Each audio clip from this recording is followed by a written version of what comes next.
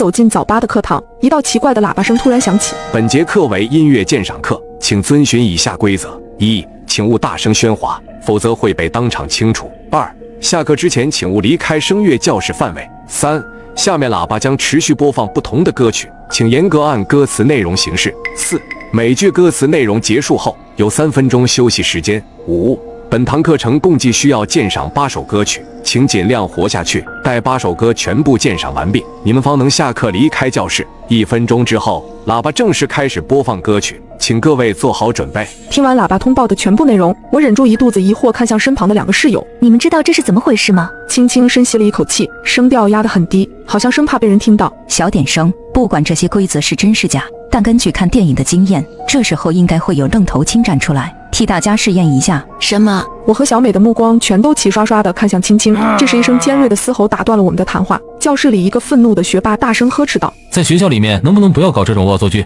我还要去图书馆复习，真以为考研生都这么闲吗？说罢，他气冲冲地提起手里的复习资料准备离开，可没想到下一秒他就停住了脚步，身体瞬间化作一地的血水。难道这就是系统所说的清除吗？看到这样的场景，吓得我身旁的小美差点尖叫出声，好在我及时捂住了她的嘴巴，这才没有出事。这堂课禁止大声喧哗。如今教室里的氛围几乎让人窒息，直到1分钟时间缓慢流过，规则里所谓的第1首歌曲终于响起，沉郁的嗓音，熟悉的旋律。我们一起学猫叫，一起喵喵喵喵喵。为了保证自身的生命安全，请在2分钟的时间内严格按歌词内容行事。这是让我们学猫叫吗？轻轻看向我，我也有些摸不着头脑。这也太简单了吧！我俩坐在原位，忍不住四处张望，想要看看别人有没有头绪。大家似乎都在遵循歌词里的原则，一个个夹着嗓子学起了猫叫。可谁也没想到，即便有些人学完了猫叫，他们的身体却在下一秒被系统清除了，而有些人学完猫叫后身体却安然无恙，这让我们3人百思不得其解。此时小美有些着急，难道学了猫叫也会被随机清除吗？怎么办？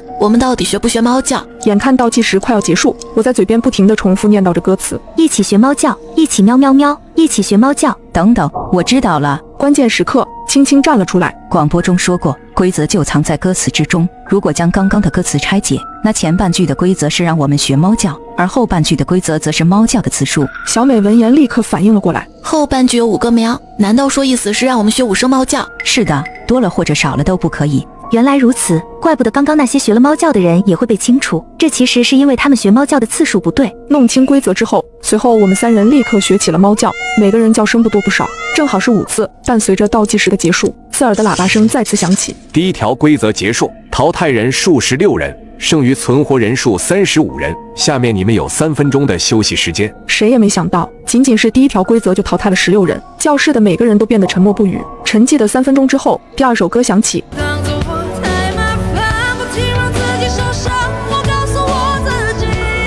悲伤的歌声到这里戛然而止。这是说散就散，我最喜欢的歌。小美显然有些兴奋，顺势接上了歌词。感情就是这样，怎么一不小心太疯狂？大姐，现在不是让你 K 歌的时候。轻轻嫌弃地盯了她一眼。如果按照刚才的解法，纯粹针对字面意思的话，我们是不是该捅自己一刀？你们看看黑板上方的倒计时，电子计时器已经只剩43秒时间，这次总共只给了我们1分钟，怎么办？你们有没有带刀？这是学校，谁上课会带刀啊？经历了第1首歌的考验，现在不少同学已经摸出了门道，开始用各种方式让自己受伤，所以不少人第一时间想到的就是拿头撞墙。皱眉许久，我终于想到了一个既容易受伤又很好发力的地方。我提起右腿，使出最大的力气，狠狠向桌角踢去。巨大的疼痛从脚背传来，冷汗疯狂从我的额间流下，迅速爬满了我的整个背。青青和小美也被我突如其来的招式惊呆。我看到时间仅剩最后10秒，猛然啐了一口，愣着干嘛？一人一脚。青青和小美立刻照做。当时间彻底归零的那一刻，一缕阴冷的风突然从窗外刮来，风刮到我的身上，让我冷不丁打一个寒战。让我没想到的是，我脚上的疼痛突然消失了。原来这一关只要让身体产生疼痛，就算受伤，不管伤的轻重与否，都可以顺利通关。就这样，第2关竟然罕见的全员过关了。短暂的3分钟休息之后，耳边已经传来了第3句歌声。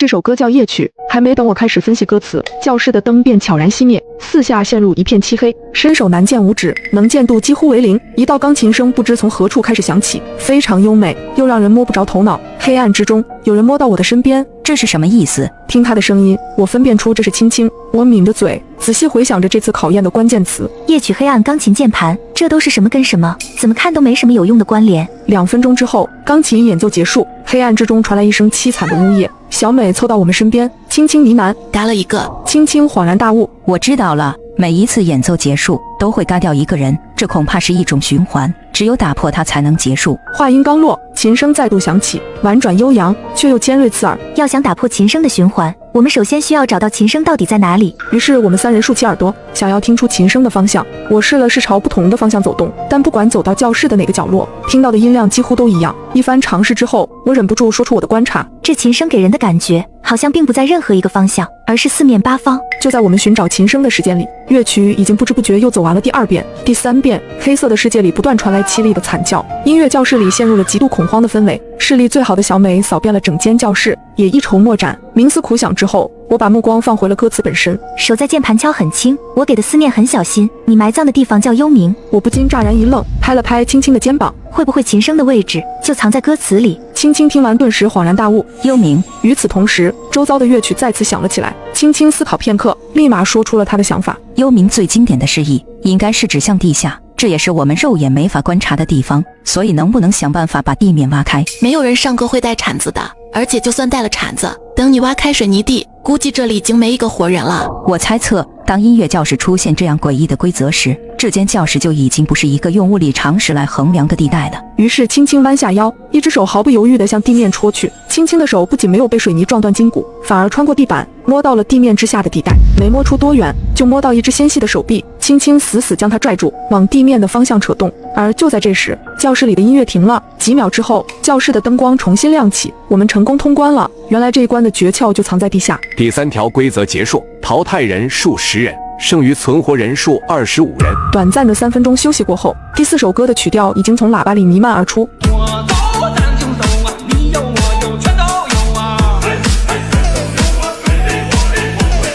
雄厚的嗓音穿透力极强，配上几声粗犷的号子声，显得相当豪迈，竟减弱了不少恐怖的氛围。这是家喻户晓《水浒传》的主题曲《好汉歌》，身旁的小美还是一如既往的没心没肺。这种危机关头，居然跟着喇叭黑了起来。青青忍不住吐槽：解谜的时候没见你说话，一听歌你就活回来了。喇叭声消失之后，讲台上猛地着起了熊熊大火，火光照得我们脸庞通红，像是要吞噬一切的野兽。烈焰里传出噼里啪啦的声响，高温让我们额间流汗。青青长长嘶了一声：水里火里不回头，不会是要我们冲过去吧？这可不是什么幻象，而是货真价实的熊熊烈火。教室的温度已经高到让人喘不过气，有人尝试轻轻摸了一下边缘的火苗，就已经痛得说不出话。真要冲过去，后果不敢设想。一直眯眼扫视四周的小美此时也忍不住开口：火光里时不时在闪烁几个数字，分别是30、28、27。如果我没猜错的话，那好像是倒计时。青青眉毛拧成一团：我去，就剩20秒钟了。按照歌词的指示，路就这一条了，冲吧！这关明摆着就是考验我们的勇气。还记得想办法受伤的那关吗？只要能忍住烧伤的痛感，后面会痊愈的。我点点头，想和他一起冲进火里，却发现有一个男生已经抢在了所有人的前面，冲进了火堆。本以为他会顺利过关，可他却当着我们的面被烧成了灰烬。我长吸一口气，顿时明白这是错误的解法，只好重新默念歌词。终于想到了一个没有注意的因素：说走咱就走，你有我有全都有。歌词的难度或许没有想象的简单，这应该不会是一句废话。等等，仔细想想歌词，或许我们要叫上所有人，全部一起出发。好在经历了前面3首歌的洗礼，幸存下来的所有同学都算比较理智。我将想法迅速传达，所有人都聚了过来，并排站到讲台前方。一声高呼之后，全部人顶着灼灼热气，一起迅速冲进了火堆。赤痛钻遍全身，让我险些失去行动能力。就这样拖着疲惫的身躯，不知道跑出多远之后，我居然回到了原来的座位上。身旁是青青和小美，除了一开始那个抢先入伙的男生，第4首歌里共同前进的所有人，居然都回到了原位。没坐多久，喇叭声再度响起，开始播放第5首歌。我从来自把给世界知道，歌声婉转悠扬，却又戛然而止，反倒是小美沉浸其中，居然顺嘴就跟出了下一句，也沉迷于其中梦话。轻轻狠狠地怼了过去。我们都听过起风了，用不着你搁这儿演唱。我正想掺和两句，却突然眼前一黑，发现身边的景象逐渐被剥离开，世界竟悄然失去了色彩。他们两人的声音越来越淡。待我重新取得身体的控制权时，已经到了另外一个地方，环视四周，这里茫茫无际，只有白色的天和黑色的地，前后左右没有任何一边可以看到边，似乎是一个无限大的世界。头顶慢慢旋起一串文字：倒计12小时，请找到出口，回到真实世界，否则将会永堕此处。2个小时，找到出口。我忍不住揉了揉自己的眼睛，再度观察周围的环境，地面全是最浓郁的黑，没有任何一处不同，看不出一点破绽。什么地方会有出口呢？再仔细回忆歌词，我曾难自拔于世界之大。我试了试拽住自己往上拉，却发现自己像个笑话。世界倒是真的很大，自拔也是真的没法自拔。而且这一关应该是每个人分别被拉入一个这样的世界，得不到任何队友的帮助，也没有交流讨论的机会。想到这里，我不禁叹了口气。青青或许还有不小的机会活着出去，小美那家伙怕是要交代在第5首歌了。看了看倒计时，我开始尝试四下行走寻找出口。可怕的是，我找了足足1个小时，东南西北走了个遍，都没有找到任何一点线索。眼看时间一步步流逝，我拖着困倦疲惫的身躯，已经越来越绝望，看着无边无际的天空。我的脑海里回忆起听到歌词时的画面，小美的歌声仿佛重新灌入我的耳中。我曾难自拔于世界之大，也沉迷于其中梦话。想到这里，我打了个激灵，难道说线索其实藏在下一句？我仿佛找到了新大陆。如果没猜错的话，在这里居然是要靠睡觉做梦才能顺势回到现实世界。如果真是这样，那这个规则的制定者也太阴险了些。眼看着倒计时不断流逝，于是我果断做出决定，索性躺下闭眼，带着一身的疲惫睡了过去。没多久就失去了意识，直到身边传来呼唤我的声音：降职，降职。再睁开眼，我竟已经在教室之中。教室里的人不知不觉已经少了一大半，青青和小美所幸都还在。没想到我居然是靠着小美的胡乱跟唱才想出来最后的思路。小美你真聪明。我不禁轻轻一笑，我还以为你要永堕其中了呢，没想到你也能活着出来。小美揉了揉惺忪的睡眼，解释道：我根本没找到你们说的什么解法思路。听到这里，我们整齐地看向了她。没找到解法还能活着出来，你开挂了吧？谁知她摸着后脑勺，尴尬地说道：我进去之后简单思考了2下，发现我根本没什么脑子，就只好放弃了，干脆躺下休息了。闭着眼睛太舒服了，一不小心我就睡着了，然后就回来了。听完，我和青青面面相觑，这或许就是传说中的傻子课高手。第6首歌响起，一步两步，一步两步，一步一步是爪牙，是魔鬼的步伐。这首歌怎么有点魔性？小美也发出了同样的疑问。这是什么歌啊？这下子反倒轮到青青神气了。这是滑板鞋啊，2012年的神曲。随后她扭动腰身，做出了摩擦地面的动作，嘴上念念叨叨：摩擦摩擦，在这光滑的地面上摩擦。小美愣愣地看着她，仿佛在看一个二傻子。还一直说我呢，你也不看看你自己。可没等我们多说，上一首歌时的抽离感再度袭来，世界似乎又要再度剥离，这首歌居然又要分开接受考验。待睁开眼，我已经身处悬崖之上，一行文字在头顶旋起：到达彼岸即可回到真实世界，否则将永坠深渊。同样伴随着倒计时，这次的时间只有短短的5分钟。2道悬崖的中间只有一条长长的木板桥，可能是因为年久失修，整座木桥显得极其脆弱，随着风而不停地摇晃。更要命的是，悬崖下的深渊里是一条条裂开大嘴的鳄鱼。不得不说，想要安安稳稳地走过这样危险的木桥，确实并不容易。可当我正要迈步向前的时候，脑子里不禁冒起了一个念头：如果这样过关的话，和歌词又有多少关系呢？一步两步，一步一步是爪牙，是魔鬼的步伐。如此想来，或许真正的路根本不是看似合理的木桥，而是爪牙这个更加抽象的概念。恰好深渊这些鳄鱼的嘴里不正是爪牙吗？若是穿行在这些玩意儿中间，才更能说是魔鬼的步伐吧。想到这里，我决定赌一把，于是我果断抛弃了木桥，直接纵身一跃，跳到了离我最近的一条鳄鱼头上。然而原本看似凶猛的鳄鱼并没有把我吞下去，反而变得乖巧安稳。果然不出我所料，我赌对了。接着我踩着第1条跳到了第2条鳄鱼身上，再踩着第2条跳到了第3条鳄鱼身上。就这样，靠着这些拼接起来的鳄鱼小路，用了4分多钟，我总算到达了对面。白光一闪，音乐教室出现在眼前。这次回来，教室已经显得空空落落，幸存下来的仅仅只有我们3人。让人匪夷所思的是，小美这家伙居然又活下来了。这么短的时间，你居然也能想到生路？睡觉可以误打误撞，这一关不像是她能通过的。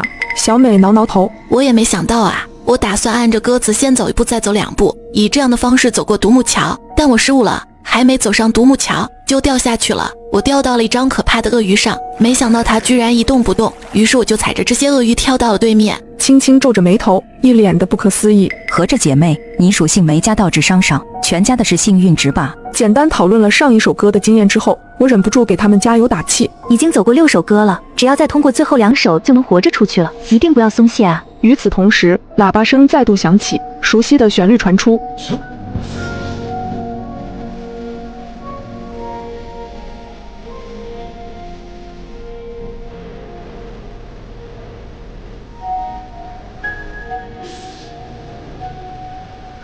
灯光熄灭，教室一片漆黑。警告：在这首歌的时间里，音乐教室禁止开灯，同时教室内将出现一只鬼怪，四处游荡。一旦攀附到谁的身上，就会慢慢啃噬他的身体，直到全部吃下。很明显，这一首歌的考验是我们要面对一只鬼怪，或许它就是歌词里说的丑八怪。漆黑之中能见度极低，我只能不停向左右伸手，想要摸到他们3个的位置。可这时一缕阴风从我的眼前划过，伴随着一道带着幽怨的啜泣。鬼怪已经来了。这一次的困境并没有标明任何的倒计时，也没有说如何通关，能够阻止他的条件一定就写在丑八怪的歌词里。我不停思考着，突然被一道求救声打破。救我！那是小美，不知道她在教室里的哪个角落，多半是被鬼怪给逮住了。可此时我根本没有发现歌词的解法，只能任凭她的声音在空气里慢慢变小。我的心顿时凉了半截，一路顺利通过了6首歌了。本以为小美能够再次凭借幸运体质熬过这关，没想到第7首歌居然这么凶险，